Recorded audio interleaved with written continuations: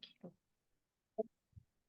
네, 우리 이제 지난주에 이어서 10편, 18편의 후반부를 저희가 하시도록 할게요.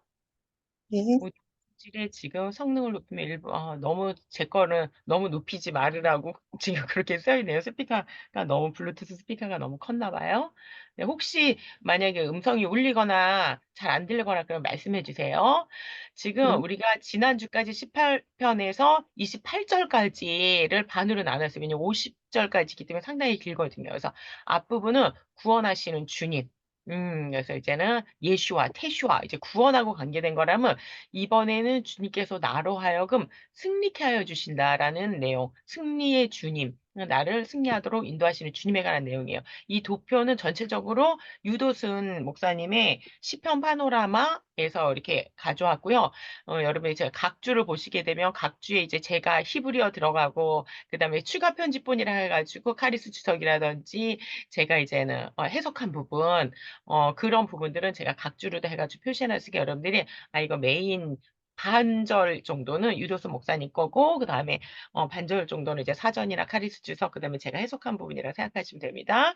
자, 29절부터 보면은 도표를 한눈에 쫙 보일 수 있게, 지금 우리, 유도순 목사님 도표를 조금 더 보강해가지고, 우리 연수 학생이 지금 상당히 잘 만들어내서 이거 만드는 작업이 쉽지 않더라고요. 오래 걸리더라고요.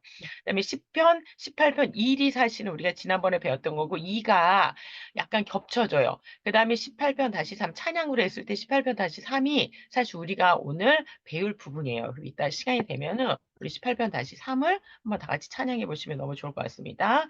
자, 본문으로 들어가시도록 할게요. 10편, 18편 좀 화면 좀 크게 해드릴게요. 18편 29에서 50절까지 뭐냐면 반석이 되신 여호와가 반석이라고 지금 나오는 거 이제 쌀리거든요. 쌀리 나의 반석. 해가지고 쌀리인데 이 쌀리라는 것은 좁은 바위를 얘기하는 거예요. 아니에요. 근데 우리나라에서 번역을 할 때 사실은 이 번역 부분이 상당히 약간 미스가 났어요. 그래서 제가 요거 각주 1에 해놨거든요. 각주 1 보시면 18편 우리가 2절과 비교해 볼 때 번역성에 주의를 요한다. 왜냐하면 2절은 쌀리를 나의 반석, 쭈리를 나의 바위로 번역하고 있는데 히브리어에서는 반대이다. 그렇죠? 그러니까는 사실은 쌀리가 바위고 쭈리가 반석이거든요. 그러니까 쌀리는 좀 조그만 거예요. 쭈리는 큰 거예요. 그렇기 때문에 여기서 작은 바위는 울퉁불퉁한 작은 바위, 십자가를 상징하는 거거든요. 주님의 고난당한 십자가. 추리는 완전히 큰 바위산, 암벽, 산을 상징하는 거예요. 그렇기 때문에 우리가 2절의 번역보다 지금 31절의 이 반석이라는 반역이 주님은 나의 반석이시오 할 때 그 반석이 사실은 주님은 나의 바위, 피할 바위 할 때 그 바위에 가까운데 이게 원문에서는 제대로 돼 있는데 한국어 번역할 때 사실 18편이 좀 아쉬운 것들이 있는데 그게 이제 1절, 2절에서 내가 주님을 사랑합니다. 주님은 나의 힘이 되십니다. 이렇게 번역해야 되는데 주님은 나의 힘이십니다. 나의 힘이신 주님을 제가 사랑합니다. 이렇게 번역이 되어 있잖아요.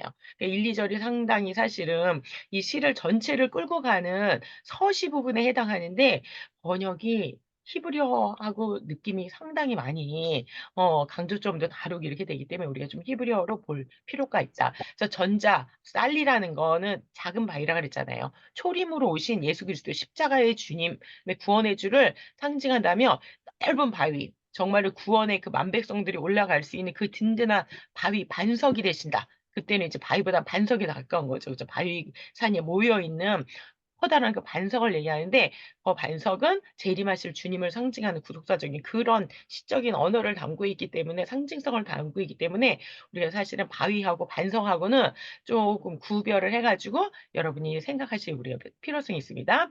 근데 이제 여기서 뭐가 강조가 되면 반석 해가지고 쭈리가 되는 거예요. 쭈리. 나의 반석이 되신 여호와께서 성도들을 어떻게 큰 반석이 되셔서 우리들도 승리하게 하신다라는 거예요.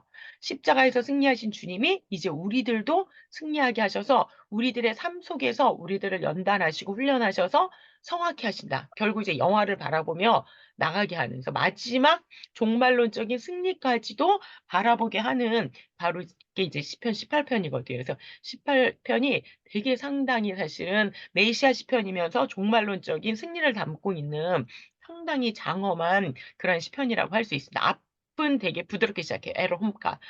내가 주님을 품고 사랑합니다. 이게 유일한 표현이라 그랬잖아요. 성경에서 하나님이 우리를 품고 사랑한다는 거 되게 많이 나와요. 근데 인간이 하나님을 품고 사랑한다는 표현 여기 유일하게 나오거든요. 에롬카, 에롬카. 그래 가지고 보통은 하나님이 우리를 긍휼히 여기신다. 마치 엄마가 자녀를 뱃속에 품고 사랑한다 요런 표현이거든요. 이게 단어로 사용될 때는 레힘 그래 가지고 자궁이라 그랬잖아요. 엄마의 자궁, 모태, 자궁을 얘기하는 건데 그 단어를 사용하셔서 하나님 우리를 품고 사랑한다 하시는데 지금 다윗은 자기도 하나님을 내 안에 품고 사랑한다라는 정말로 하나님의 그 사랑에 응답하고 완전히 하나님과 연합된 그런 깊이 있는 사랑을 나타내는 그렇게 시작을 해요. 그런데 뒤로 가면 갈수록 이게 전쟁시로 변해요. 전 네 이제 하나님께서 나를 품고 사랑하셔서 내가 점점 힘이 강해져서 나도 승리하게 된다. 이제 이런 방향으로 나가게 되거든요. 그래서 이제 나오는 표현이 요절로서 유도스 목사님이 찾으신 게 여호와의 누가 하나님 엘로힘, 엘로힘이며 누가 나의 반석 쭈루 내가 아주 든든하게 서 가지고 나로 하여금 나의 높은 곳 사슴들이 높은 곳을 향해 올라간다 그랬잖아요. 높은 곳으로 올라가면 거기에 이제는 마사다처럼 넓은 평지가 있거든요. 그걸 이제는 쭈루라 그래요. 쭈루. 넓은 반석산 든든한 반석인데 요새로 또한 둘러져 있어서 아무도 어 침범할 수 없는 그래서 이제 산성 이렇게 또한 표현하기도 합니다. 자 18편의 첫째 문단이 구원에 대한 감사라며 둘째 문단은 승리에 대한 감사. 다시 말해 이제 전쟁이 중심이 된다라는 거죠. 그래서 우리를 구원하신 목적이 바로 선한 싸움을 싸워 승리하기 위해서 주님께서 나를 구원하시고 내 팔을 강하게 하시는데 왜? 전쟁케 하시려고 전쟁에서 승리케 하시려고라는 말씀이 주제 메인 주제로서 18절 후반부를 이루고 있다라는 거예요. 주께서 나로 전쟁케 하러 능력을 줘서 나를 치는 자로 오히려 나를 공격하는 자로 굴복하게 만들었다. 39절 말씀이거든요. 그런데 여기서 이제 우리가 놓치지 말아야 할 점 되게 중요한 우리가 구속사 시편에서 중요한 관점이죠. 그건 뭐냐면 여기서 궁극적으로 굴복하게 하신 그 승리는 바로 여자의 후손이 그 네 머리 여기서 네는 누구예요? 뱀이잖아요. 그쵸? 뱀. 사단이거든요. 뱀. 사단의 머리를 박살내게 하시고 머리를 상하게 하신다라는 창세기 3장 15절 왜 프로토 가스펠이라 그래요. 그러니까 원시 복음이라고 하는 그 바로 그것을 나타낸다. 여기서 여자 요소는 당연히 뭐가 되는 거예요? 예수 그리스도잖아요. 그 그리스도께서 쭈루 반석이 되신다. 처음에 오셨을 때는 정말로 그 뱀이 머리를 물어서 뱀이 그 발뒤꿈치를 물어 가지고 예수님이 3일 동안 죽게 되는 거잖아요. 하지만 예수님은 발뒤꿈치로 뱀의 머리를 박살내 버리셔서 결국 그 튼튼한 반석으로 예표가 되는 예수 그리스도 여자의 후손하고 연결되는 그래서 이게 단순히 다윗의 시가 아니다. 주인공이 다윗이 아니고 결국 이것은 예수님하고 연결되는 시다.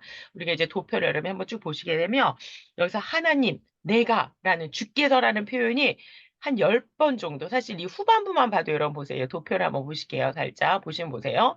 여기서부터 보시면 내가 주를 의뢰하고 주와 함께 하나님과 함께 이런 말이거든요. 주님을 의뢰하고 주님과 함께 이 함께라는 표현이 계속 사실 원문에서 무척 강조가 돼요. 그다음에 또 여호와 외에 또 하나님이 또 주께서 모든 문단을 시작할 때 주인공이 주께서 여호와 주께서 여호와 이게 지금 후반부예요. 후반부만 10번 이상 사실 나오게 되거든요.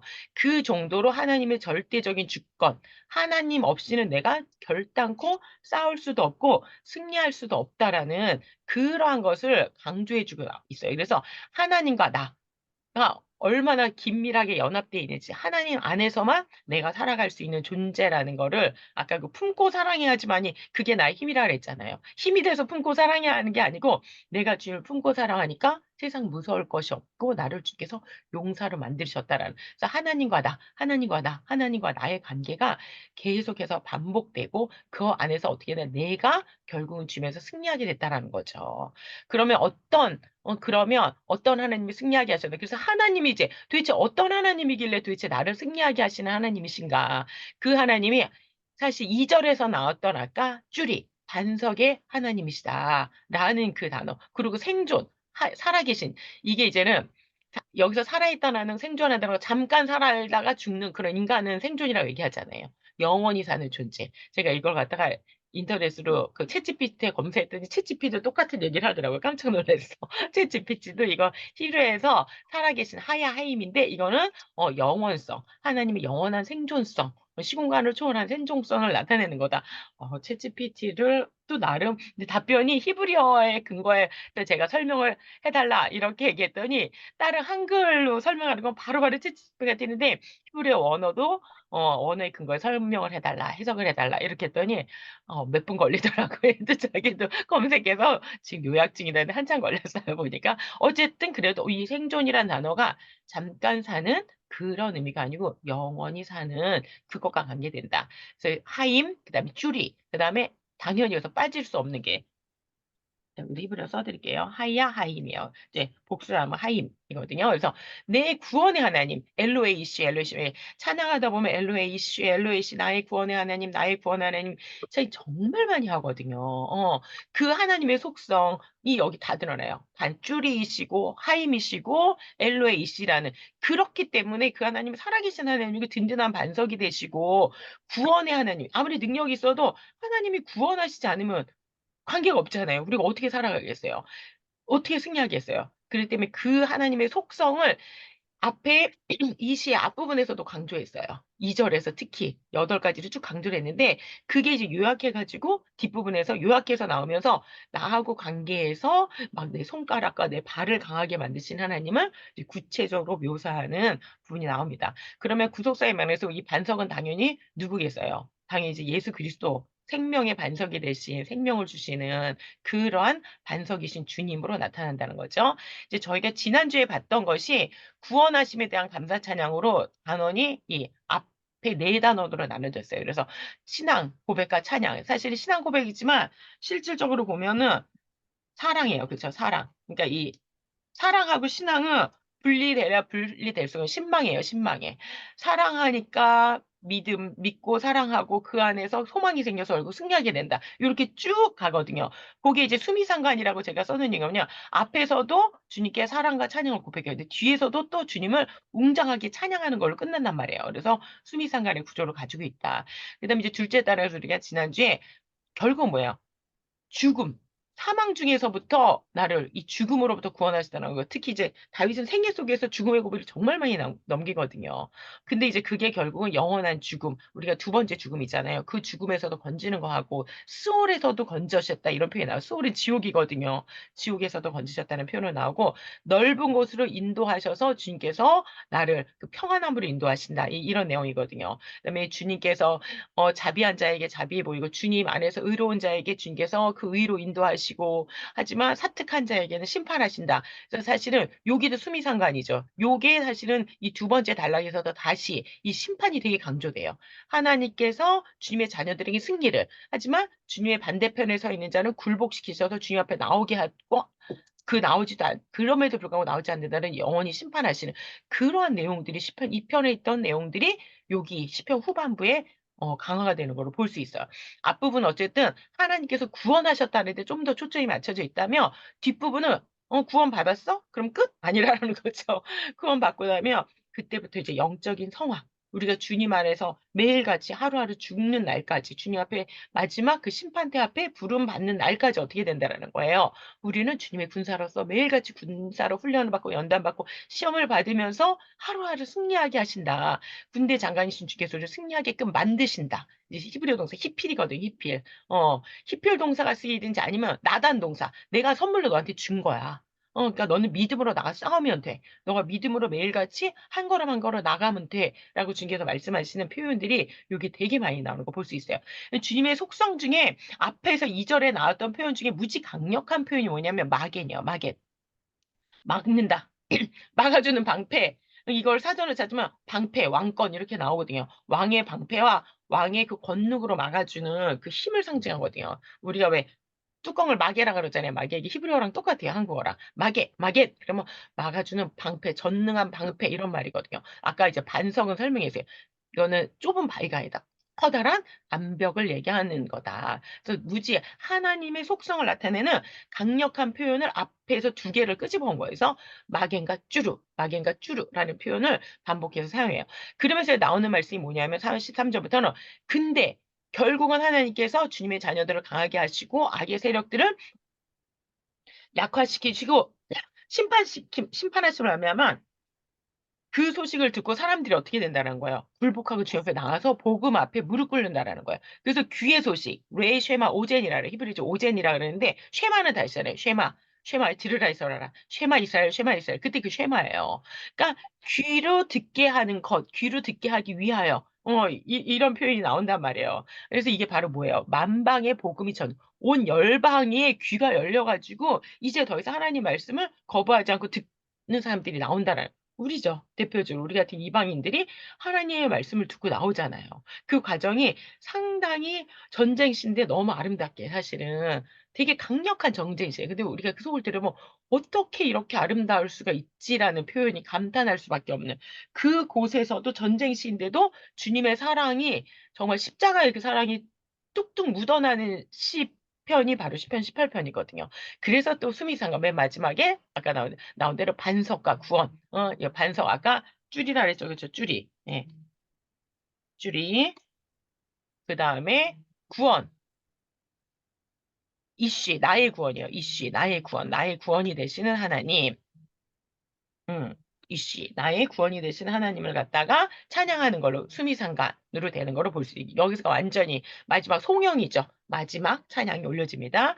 자, 우리 전도사님 여기 한번 읽어 주세요. 18편에. 18편 잠시만요. 네. 좀 크게 해 드릴게요. 제가 바꿔가지고 블루투스로 아. 읽으면 될까요? 네네. 그래요? 18편의 후반부에서 네, 18편의 후반부에서 다윗은 하나님의 함께하심, 백하 당신 안에 친밀한 연합적 관계 표현, 29절 함께하심으로 말미암아 수많은 이방 족속들을 정복한 일에 대한 지난 역사를 회고하면서 의인의 승리와 대적의 패망에 대한 감사와 찬양을 시작하고 있습니다. 특히 29, 30절은 후반부의 서론이면서 동시에 18편의 중심축이라고 할 수 있으며 18편의 전체를 이해함에 있어서 29, 30절은 가장 중요한 절이라고 할 수 있습니다.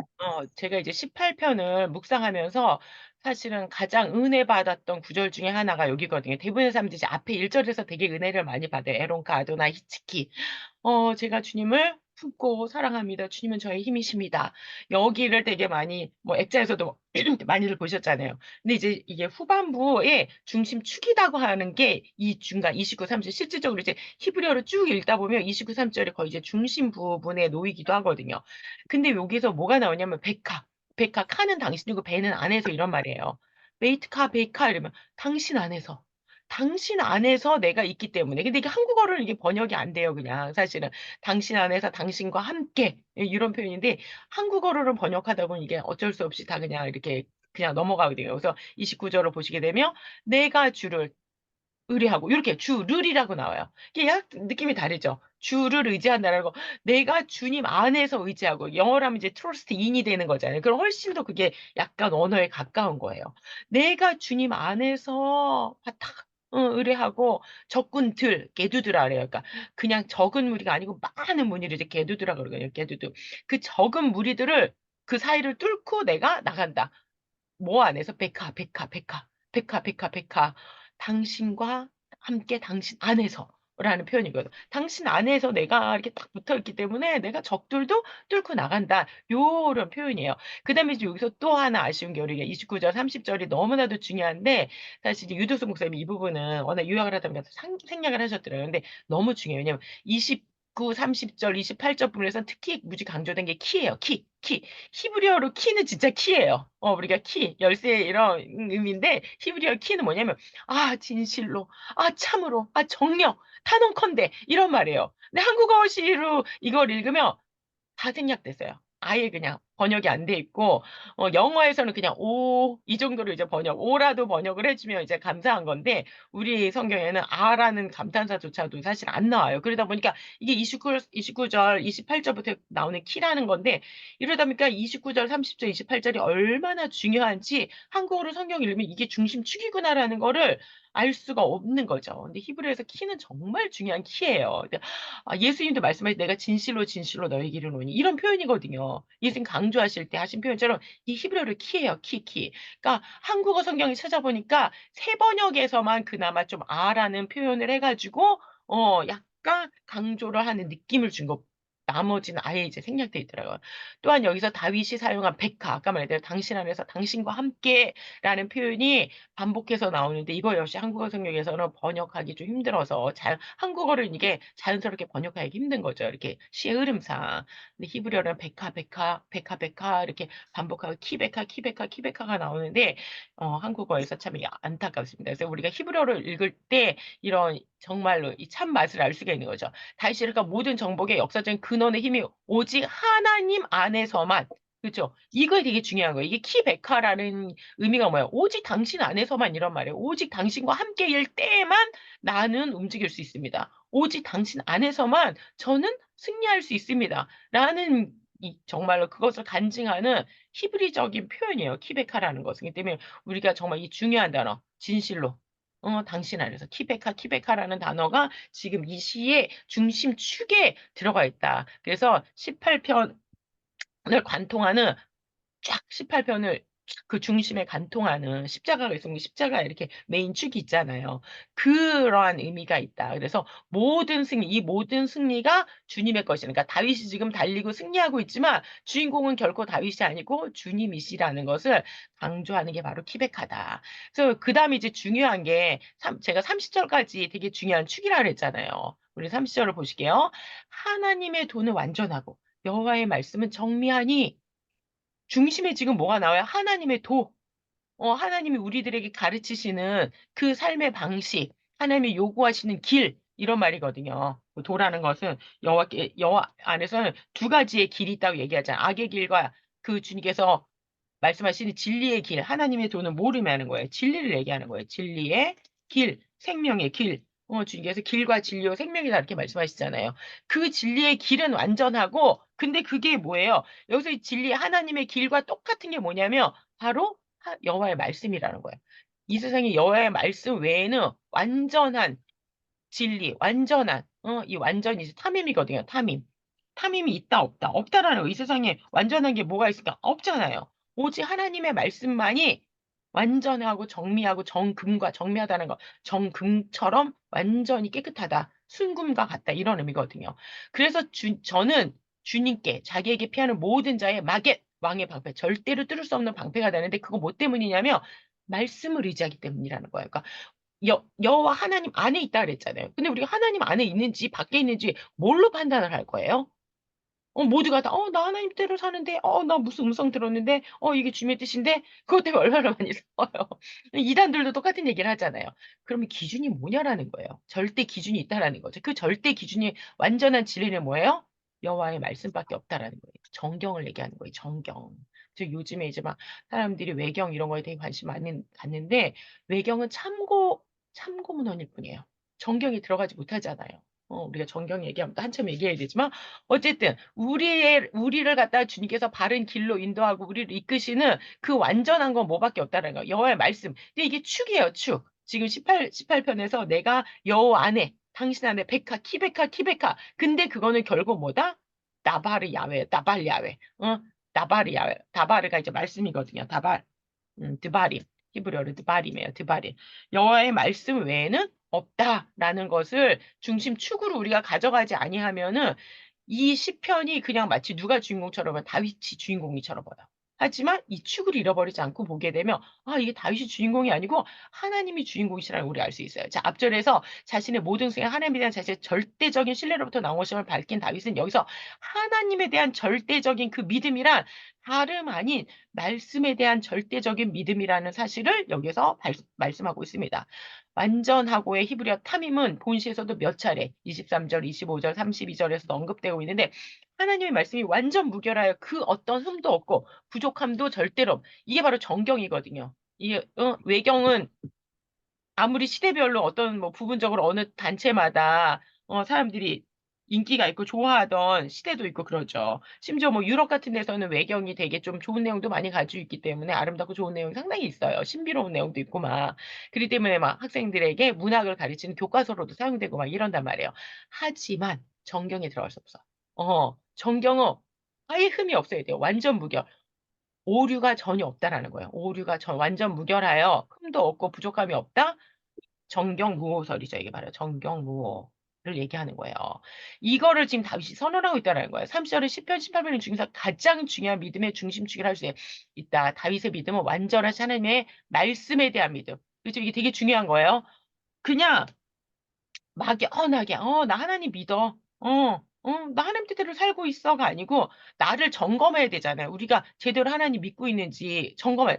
뭐에 비춰서요? 말씀의 거울에 비춘다. 이 말씀 하잖아요. 그 완전한 말씀의 거울에 비춰야 되는. 나머지는 왜? 다른 거울은 깨졌어요. 조각이 났어. 막 오목내지 볼록내지 이래가지고 자기가 보고 싶은 대로 볼 수 있게 해줘. 말하자면요. 하지만 정경은 완전하게 비춰주는 거울이라. 따라서 이러한 18편의 증언에 의하면 누구든지 개인적인 특별한 체험이 없기 때문에 하나님을 의지하지 못한다는 것은 변명에 지나지 않는다는 거예요. 왜요? 하나님 말씀 완전하기 때문에 누구는 막 이렇게 스페셜한 체험을 하고 누구는 어떤 막 대단한 체험이 없는 사람들도 있어요. 근데도 믿음이 흔들리지 않고 가는 그 신앙이 사실은 엄청 복된 신앙이거든요.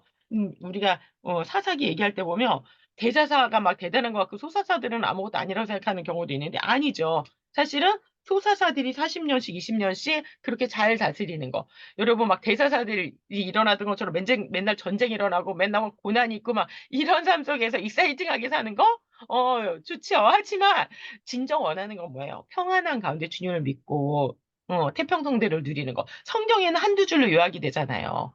그게 사실은 엄청난 은혜고 축복이거든요. 그렇기 때문에 막 특별한, 익사이팅한 막 그런 대사사들과 같은 그러한 체험이 없다 할지라도 우리가 주님의 말씀을 보면은 완전하신 말씀 안에서 핑계할 수 없다라고 로마서도 말씀하고 있어요. 즉, 성경 말씀을 통해서 모든 약속과 믿음의 근거들을 완전하게, 완전하는 게 뭐예요? 부족함이 없다라는 거예요. 음.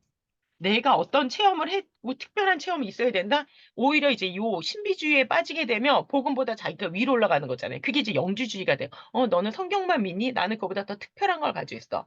라는 거거든요. 그게 이제 영지, 나는 네가 갖지 못한 특별한 그노시즘이라고 얘기를 하잖아요. 이제 그럼 이제 이단에 빠지는 거야. 하나님, 우리가 성령을 받는다는 거는 말씀과 이 소위 외적인 증거를 아래요. 외적인 객관적인 증거예요. 정경 움직이지 않잖아요. 토시 하나 빼거나 더할 수 없단 말이에요. 근데 내 주관적인 진리가 있는 거예요. 그게 서로 어떻게 된다? 충돌한다, 충돌하지 않는다. 충돌하지 않는다라는 거예요. 내적 진리와 외적 진리가 함께 간다라는 말씀이거든요.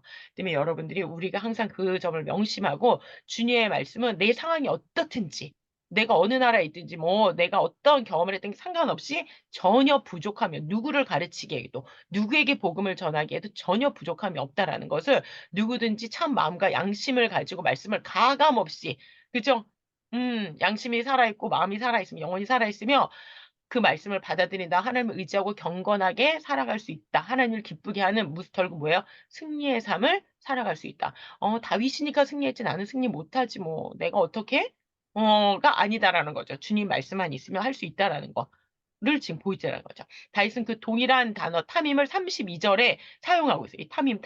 주님 말씀이 탐임이에요. 근데 그걸 가지고 32절에 그대로 적용해요. 보면 주님께서 내 길을 탐임, 완전함을 은혜로 나단. 여기서 이제 주셨다. 내 길을 완전케 하셨다. 이렇게 보통 번역하는데 직역하면 완전함을 선물로 주셨다. 이런 의미거든요. 은혜를 주셨다라는 거예요. 우리가 여러분 우리 인생을 어떻게 완전함이라고 표현하겠어요. 근데 이게 어떻게 된다? 주님의 말씀을 따라갈 때 우리가 주님의 그 완전하신 가운데 승리할 수 있다라는 것을 지금 보여주고 있다라는 거예요. 결국 이제 성화에서 영화로 이제 넘어가는 승리가 되겠죠. 이런 완전하다는 평의적 동의어로 사용된 또 하나의 시험이 차라프예요. 차라프. 아까 정리하다, 정련하다, 금을 정렬하다, 정리하다, 뭐 정금으로 만들다 이런 말이거든요. 우리가 보통 이 단어는 근데 뭐라고 써있냐면 연단하다라고 우리가 보통 번역해요. 정금과 같은 주님의 말씀이 거울과 같이 성도 자신의 부정과 죄악을 드러나며 자기를 시험하여 더러움을 제거하여 우리를 성화, 연단시키시나라는 거죠. 주님의 말씀은 우리를 연단시키시기에 조금도 부족함이 없다라는 거예요. 우리가 말씀을 보고 있으면은 주님 안에서 우리가 정화가 된다는 거죠. 우리의 영혼이 연단이 돼서. 그래서 이중적인 의미로 볼 수 있다는 거예요. 이 차라프라는 단어는 주님의 말씀이 차라프예요. 동시에 주님의 말씀이 나를 차라프예요. 완전하신 주님의 그 완전한 그 정금 같은 주님의 말씀이 내가 정금이 될 때까지, 나를 계속해서, 뭐 14K에서 18K에서 24K로, 그다음 정금으로 만드신다. 우리가 이렇게 표현하잖아요. 그래서 주님의 성도들을 말씀을 연단하여 뱀처럼 지혜롭고 비둘기처럼 순결하여 싸우게. 다시 다른 말로 하면 뭐예요? 승리하게. 음, 우리가 사실 이 시편을 배우는 것도 주님께서 우리를 뭐 하시는 과정이에요. 주님께서 우리를 탐임하게 만드시고 우리를 차라프. 그렇죠. 매일같이 정련하시고 연단하시잖아요. 뜨거운 데 넣었다가 두들기고 또 뜨거운 데 넣었다가 또 두들기고 또 싸우게 하시고 또 그 과정을 계속 말씀으로 우리들을 좁은 길로 점점점 좁은 길 가게 하실 것이고 그렇죠. 여기서 승리라는 건 뭐예요? 넓은 길이 아니고 좁은 길 안에서 오직 길과 진리 안에서 승리하게 하시는 분이시라는 거예요. 자, 후반부를 보실게요. 후반부에 이제 약간 결론이죠. 저는 자기에게 피하는 이제 핫사가 이제 피한다는 거예요. 그 모든 자에게 아까 왕의 방패 계속 나오죠. 마겐 또 나와요. 마겐 마겐 왕의 방패로 막아주 피하는 자. 아버지 품 안에 들어와야죠. 탕자가 집 나갔을 때는 어떻게 은혜의 육이라 그러죠. 집 나가면 완전히 어떻게 되는지 개고생이라는 거를 깨닫지 않으면 의미가 없기 때문에 돼지목에 진주목걸이가 되고 하나님 경외할 수 없기 때문에 내두신단 말이에요. 그러고 나서 어떻게 해요? 다시 피해서 왔을 때 반지를 껴주고 옷을 입히고 막 이러시잖아요. 그것처럼 우리를 주님께서 이렇게 다시 안고 딱 막아주시는 그 품에 안으시고 막아주시는 방패 이 마겐이란 단어가 되게 강력한 전쟁 용어예요 사실은. 그런데 우리에게 적용됐을 때는 우리가 주님 품 안에서 이제 뒷부분이 되게 자세히 나요. 주님께서 그 오른손으로 나를 안고 마개로 막아주신다는 표현이 딱 나오거든요. 그 아름다운 무지 강력한 전쟁 용어지만 우리에게 너무나도 아름다워. 구원하시고 보호하시는 분이 바로 왕이신 하나님을 상징하나다. 그래서 피하는 의 히브리어는 핫사, 시편에서 매우 자주 사용돼요. 11편, 16편, 17편, 요 바로 전편 17편에서 사실 18편하고 우리 연결돼 있어요. 내용이. 그래서 제가 여러분이 참고하시라고 보내드렸습니다. 그래서 피하는 의 그 히브리어가 요게 이제 시편에서 자주 사용되는데 보통은 피난처로 숨다라는 의미의 함축적으로는 숨는다라는 건 뭐예요? 우리가 사람들이 숨는다 그러면 되게 좀 안 좋게 생각하는 뉘앙스를 그렇게 생각하는 사람 되게 많아요. 주님께 피한다는 거는 주님께 신뢰하고 주님 앞에 내려놓고 주님께 맡긴다는 의미예요. 그래서 이게 시편 2편에도 잠언 30장, 이사야 57장, 나훔서, 예언서에서도 이런 표현이 나오거든요. 따라서 자기에게 피하는 주님을 신뢰하고 맡기는 모든 자에게 다른 말로 하면 이게 뭡니까? 하나님의 말씀을 절대적으로 믿고 그 완전하신 말씀을 따라 자신을, 그다음에 자신의 삶을, 그렇죠? 자신의 삶을 하나님께 맡기며 경외하는 자, 하나님의 말씀에 순종하는 자죠. 그러한 자를 주님께서 딱 막아주신다는 거죠. 자, 이러한 자를 하나님은 적지 한가운데서도 아무리 어떤 어떤 고난과 어떤 전쟁터, 영적인 전투지 한가운데 있다 할지라도 지키고 보호하시는 왕의 방패가 돼요. 여러분, 우리가 살아갈 때 여러분 어떻습니까? 이 안에서의 내적인 갈등과 싸움, 그쵸? 오라, 공간자라다. 이 사망이면서 누가 나를 건져내랴. 이 죄악과 싸워야죠. 밖에 미혹이 있잖아요. 사회적인 또 악들이 있잖아요. 그 모든 것에서 나를 갖다 완벽하게 지키고 승리하게 하시는 분 주님밖에 없고 그 방법은 뭐다? 주님의 완전하신 말씀을 의지하는 거. 그럴 때 이 시편 28편에서 29절과 30절은 가장 그 중심이 되는 여러분 축이다. 제가 계속해서 그 말씀을 드리는 거야. 29, 30절은 주님 안에서 믿음으로 전진하며 승리하는 믿음이라 추상적인 것이 결코 아니라요. 그렇죠. 결코. 그렇죠. 막 사람들이 이걸 되게 추상적으로 생각을 한단 말이에요. 추상적인 것이 결코 오직 완전하신 하나님의 말씀 의지하고 믿고 순종하는 삶이라는 것을 확실하게 삶이라는 것을 확실하게 하고 있습니다. 그래서 시편 18편의 중심을 잡고 있는 핵심 구절인 것입니다.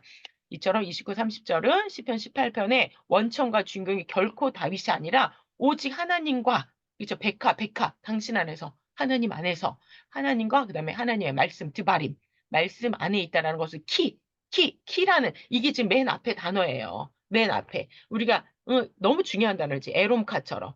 제가 주님을 품고 사랑합니다. 너무 중요한 단어인데 한국어로는 이게 뒤로 갔어. 그리고 그냥 사랑합니다. 그러니까 그냥 일반적인 사랑처럼 그렇게 그냥 아무 사실은 되게 밋밋해졌어요. 어, 그 앞에 전체를 이끌고 가는 게 에롬카예요. 그런데 이 중심을 이끌고 가는 거는 키예요. 키베카 드바림. 당신 안에서 키베카 베드바림. 당신의 말씀 안에서예요. 당신은 그 뭐예요? 말씀이 육신이 되어서 오셨잖아요. 요한복음 1장에도 말씀이고 육신이시거든요. 당신 안에서 그 말씀 안에서 키베카 키베드바림이라는 그 단어가 이 전체를 이끌고 가는 뭐가 된다? 중심을 잡는 축이다라는 거 우리가 잊지 않고 그 축 안에서 우리가 봐야지 이 시편이 제대로 보입니다. 이게 이제 다섯 번째 우리가 이제 봐야 될 게 5, 6, 7일 이제는 봐야 되는 부분이에요. 오늘 5, 6, 7. 그래서 이제 다섯 번째 단어는 우리가 지난주까지 본 게 1, 2, 3, 4 단어는 본 거예요. 자, 방패와 반석이 되신 하나님, 본 하나님 이를 돕기 위해서 먼저 하나님께서 다윗에게 행해 주신 일. 그래서 다윗이 어떻게 승리하셨는지, 하나님이 어떤 분이신지를 설명하겠다는 거죠.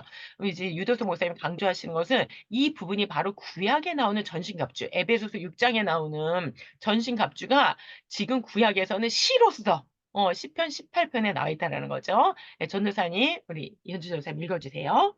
1번. 1번요. 네. 네.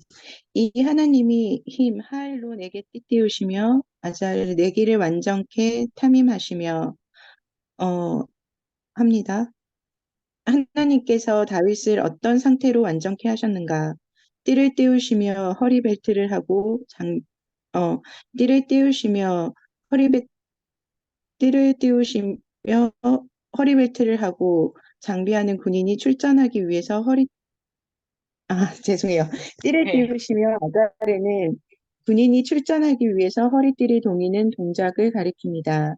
그런데 천이나 가죽이 아니라 하일, 힘으로 띠를 둘러주신다는 특별한 비유적 표현인데 이사야 45장 5절에 고레스에게를 연상케 하며 하나님께서 다윗에게 능력을 부여하셨다는 시적 표현입니다. 사실상 고대의 군인들은 띠를 두르지 않고는 나가 싸울 수도 없으며 전진하다 넘어질 수밖에 없는데 에베소서 6장은 서서 진리로 너희 허리띠를 띠고라고 성도들에게 명령하고 계십니다. 30절의 말씀과 연관할 때 성도는 오직 진리의 완전하신 말씀으로 무장하는 것이 능력, 하일이라는 것을 알 수 있습니다. 주님의 말씀으로 무장된 자의 길을 결국 완전한 탐임 승리의 길입니다. 그래서 이 구절이 사무엘하 22장 23절 나를 온전한 길로 인도하시며로 표현되고 있는데 동일한 의미입니다. 그렇죠. 이게 동일한 시잖아요. 근데 약간 변형돼가지고 사무엘하 22장에 다윗이 이제 마지막 죽으면서 이제 드리는 찬양에서는 요거를 살짝 바뀌어서 주님께서 나를 탐임의 길로 인도하셨다. 이렇게 표현하고 있단 말이에요. 요 띠를 띄우셨다라는 표현 우리가 한번 에베소서 말씀 한번 우리 다 같이 한번 읽어보도록 할게요. 자, 그러므로 어, 하나님의 그럼 전신갑주를 취하라. 어. 이는 악한 날에 너희가 능히 대적하고 모든 일을 행한 후에 서기 위함이라. 그렇죠? 그리고 우리가 하나님의 전시갑주를 취하지 않으면 우리가 어떻게 된다라는 거예요. 모든 일을 행한 후에 내가 꼬꾸라져서 내가 실족하고 넘어지는 그럴 수 있다라는 경고인 거죠. 그런즉 서서 진리로 너희 허리띠를 띠고 위에 흉배를 붙이고 평안의 복음으로 예배한 것으로 신을 신고 모든 거에 믿음의 방패를 가지고 이로써 능히 악한 자의 모든 화전을 소멸하고 구원의 투가 성령의 그건 뭐라고요? 하나님의 말씀을 가지라. 라고 지금 모든 것을 요약해서 뭐예요? 뭘 가지라고요? 말씀을 가지라는 거예요. 결국은 우리가 전신갑주를 입는 데 있어서 가장 중요한 거는 뭐라는 거예요? 하나님의 말씀을 가지고 그렇죠. 하나님의 말씀 없이는 우리가 전신갑주를 가질 수 없다라는 말씀입니다. 자, 너무나도 중요한 표현이죠. 근데 여기서 아자르라래, 아자르. 예, 각주 7번에 우리가 한번 보실게요. 아자르, 아자르. 보세요. 알렙, 그건 뭘 나타내요? 하나님께 바쳐진 소를 의미한단 말이에요. 그래서 하나님을 상징하는 글자다. 우리가 다 이제 유대인들 히브리어 배우면 그렇게 얘기를 해요. 자르는 바로 제라예요. 시예요. 표의적. 우리가 이제 한자 같은 걸 표의적 언어라 그래요. 우리가 하는 건 표음적 언어라고 얘기를 하거든요. 우리는 한 글자 한 글자 뜻이 없잖아요. 그러니까 근데 히브리어는 표음적 언어이면서 동시에 표의적인 언어로 이제 둘 다 해석이 된다 그랬잖아요. 그래서 표의적이면서 어, 자주님을 상징한 하나님, 이게 왜 하나님이에요. 하나님을 상징하는 단어라고 할 수 있습니다. 자르는 제라와 같은, 그쵸? 아까 후손이라 했죠. 제라. 요 뒤에는 제라예요. 그 다음에 알렙은 뭐라 그랬어요? 하나님께 바쳐진 그 다음에 첫 번째 글자로서 하나님을 상징한다 그랬잖아요. 재물 든 수도를 상징하는. 다시 말해, 이 아자르라는 단어, 띠를 띈다라는 단어 자체도 무엇과 관계되어 있다라는 거예요. 상당히 주님하고 지금 관계되어 있는 단어라는 거 우리가 볼 수 있어요. 그래서 띠를 띠면 허리벨트를 하고 장비하는 군인들이 출전해서 허리띠를 띠는데 여러분 고대 사회에서 남자들이 치마를 입는단 말이에요. 만약에 허리에 띠를 두르지 않으면 어떻게 되세요? 뛸 수가 없지. 넘어져. 옛날 우리 할머니들이 한복 입고 일하실 때 어떻게 해요? 무조건 띠를 매시는 그런 표현인 거예요. 근데 여기서 그냥 띠가 아니고 하일이에요. 하일. 하일, 하일. 아까 우리가 이 히치키하고는 달라요. 에롬카 아도나 히츠키. 주님은 나 힘일 때 히츠키는 힘을 부여해 주시는 힘 이런 의미예요. 근데 이 하일은 진짜 그냥 그 순수한 힘. 그리고 보통 뭐라 군사력을 보통 의미해요. 군사력. 군사력이나 힘을 주님께서 나에게 주신다는 거예요. 군인으로 싸울 수 있는 힘을 주신다는 거예요. 근데 이 내가 군사가 되려면 뭐가 있어요? 진리의 말씀이 있어요. 진리의 허리띠라고 에베소서에 지금 나오고 그게 말씀으로 너를 무장해야 된다. 말씀으로 전신갑주리라 이렇게 표현하잖아요. 결국은 이 하일, 우리의 능력은 어디에서 나온다는 거예요? 주님의 말씀에서 우리가 나온다는 걸 에베소서 6장을 통해서도 알 수 있고 지금 시편 18편의 중심축을 통해서도 29, 30절을 통해서 우리가 지금 이 계속해서 이어지는 32절을 봐야 된다는 걸 볼 수 있어요. 그래서 주님께서 나의 힘을 주시는 거를 되게 시적으로 지금 표현했어요. 나의 발을 암사슬. 카 아얄로. 우리가 아얄라 이런 거 되게 많이 들어봤잖아요. 아얄라 골짜기 이런 것처럼. 근데 카 아얄로 암사들처럼이에요. 암사들답게. 이렇게 옮겨주게. 암사들처럼 카엘로 이런 다른 말로 이게 뭐냐면 암사들처럼 주님께서 나를 어떻게 하신다는 거예요. 빠르게 만드신다는 거예요. 그럼 암사슴들 요즘에는 이게 유튜브 찾아서 보시면은 막 암사슴들이 사냥들이 막 탁탁탁탁탁 막 그 90도 각도로 깎아지는 절벽을 새끼들 데리고 올라가는 거 우리가 쉽게 찾아볼 수 있어요. 나로 나의 높은 곳에 세우고 나의 손을 가르쳐서 싸우게 하시니 내 팔이 뭐를 당겨요? 놋활. 여러분 노트를 당길 수 있겠어요? 노릇은 심판을 상징하거든요. 근데 그 활을 당겨서 주님께서 열국을 심판하게 하시고 열국을 주여 무릎 꿇게 하신다는 거. 주께서 힘있게 해주신 나의 발과 손. 주님께서 히치키가 되셔서 주님께서 나에게 뭘 대신하요? 하일, 주님의 능력을 갖다가 주님의 말씀의 능력을 나한테 부어주심을 말미암아 내 손과 발이 군사가 된다라는 거예요. 그렇기 때문에 우리도 아 나는 약하다. 난 할 수 없다 이렇게 말하지 말고 연단을 통해서 우리의 뭘 길러 영적 근력 뭘 통해서 말씀으로 우리에게 영적 근력을 만드시고 우리를 성화시키시는 분이 하나님이시라는 것. 다윗 역시 정말 수많은 연단을 통해서 자신이 놋화를 당겨서 적들을 굴복시켰잖아요. 다윗이 어떻게 처음에는 블레셋에 들어갈 때 어떻게 돼요? 막 미친 척하고 침 질질 흘리고 들어갔단 말이에요. 근데 그 블레셋을 어떻게 합니까? 왕이 되자마자 블레셋을 갖다 굴복시켜 버린단 말이에요. 하나님께서 하신 거죠. 하나님의 그 언약의 말씀을 믿고 했다라는 거예요. 능력의 말씀을 믿고 물론 우리가 이제 고각적으로 봤을 때 3년 동안 다윗이 장군인데 뭐하고 돌아다녔겠냐? 우리가 막 그 주몽과 같다 그런 얘기를 하잖아요. 철기민족을 이길 수가 없어요. 왜? 청동기하고 철기하고 붙으면 칼이 휘어지거나 부러지거든요. 여러분이 다윗이라면 3년 동안 적지 한가운데서 뭐하고 다니겠어요? 침만 질질 흘리고 다니겠어요? 그 연단과 고난을 통해서 어떻게 만드는지 철을 어떻게 이기는지를 그 이후로 이제는 소위 말해가지고 이스라엘이라는 나라는 어떻게 돼요? 무지 강력한 국가, 철기를 이기는 나라가 되게 만드신다라는 거죠. 그러니까 그 적들의 장점과 단점이 그 위치로 모든 걸 다 파악하고 철기를 이길 수 있는 하나님의 지혜와 힘을 주셨다는 거죠. 자, 35절은 제가 너무나도 좋아해가지고 이거를 히브리어로 바티텐리라는 찬양을 만들었잖아요. 바티텐리 바로 그 부분이에요. 너무나도 아름답고 강력한 복음이 담겨져 있어요. 근데 우리가 이거를 한 절인데 앞서절과 뒷서절을 나눠서 우리가 봐야 돼요. 주께서 또 구원하는 방패. 또 나오죠. 마겐 이슈에카. 마겐의 뭐가 됐어요? 이슈에카. 당신의 이슈. 이슈에는 이슈는 뭐예요? 예수를 줄여서 이슈라 그래요. 예수와 이슈예요. 예수를 줄이면 이슈거든요. 이슈. 나의 구원. 카. 당신. 당신의 구원의 방패. 이 한 단어에 사실 모든 게 다 압축돼 있어요. 나를 구원하셔서 나를 갖다가 이렇게 보호해 주시는 방법. 마게니시에카, 마게니시에카를 주시며 주님의 오른손. 여러분 주님의 오른손 베냐민이에요. 주님의 오른편에 계신 아들을 상징하는 거예요. 주님의 오른편의 아들. 주님께서 여러분 어떻게 되셨어요? 지금 주님의 오른쪽에 계시잖아요. 오른쪽에서 우리를 지금도 통치하고 계시고 우리를 보호하고 계시고 우리를 다스리고 계신단 말이에요. 그 손으로 나를 주님께서 티사데니, 사드. 우리가 사드 배치한다, 사드라는 얘기 되게 많이 들었는데 히브리어 사드도 비슷한 의미예요. 주님께서 이렇게 보호하시고 나를 지탱하고 계시고 나를 버티게 해주신다는 거예요. 나를 사드해 주셔서 주님의 온유함. 사실 이게 핵심은 온유함이에요. 우리가 왜 온유한 자가 복이나 이렇게 많이 번역을 많이 하잖아요. 근데 사실 온유라는 단어는 구약에서는 뭐냐면 아니 안아보죠. 낮아지고 비참해지고 고통당하는 거를 안아보라 그래요. 해볼게요. 안압, 아니 안압, 아니라고 쓰기도 하네. 안아봐. 아니 안압. 똑같은 말이에요. 주님께서 그 비참하시심으로 말미암아 나를 크게 위대하게 만들어 주셨다라고 말씀하고 있는 거예요. 이 35절 상하를 여러분 잘 보시기 바랍니다. 결국 내 걸음을 넓게 승리 행군 결론이에요. 그래서 36절이 이제 결론이 되는데 내 걸음을 넓게 승리로 행군하게 한다 이런 말이거든요. 행군하게 하시고 나로 실족해서 넘어지지 않게 하셨다라는 이 결론까지 이르기까지 35절에 뭐가 나요? 왕의 방패 마겐이 지금까지 마겐 계속 나왔어요. 근데 그 마겐이 어떤 마겐인지 마겐 이슈에카 당신의 그 구원의 방패라는 이 구체적인 표현이 나와요. 여러분 우리가 마귀의 불화살을 전부 다 막아내는 방패가 뭐예요? 완전하신 방패.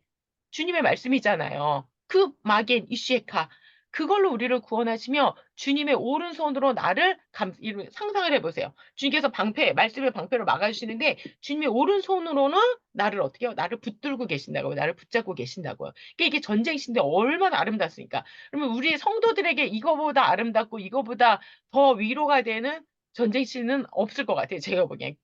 탑인 것 같아요. 정말 너무나다. 주님께서 오른손으로 나를 이렇게, 붙잡고, 그래서 여러분 그 찬양 꼬여보시기 바랍니다. 바티텐이라는 찬양 제가 유튜브에도 만들어가지고 올려놨잖아요. 그쵸?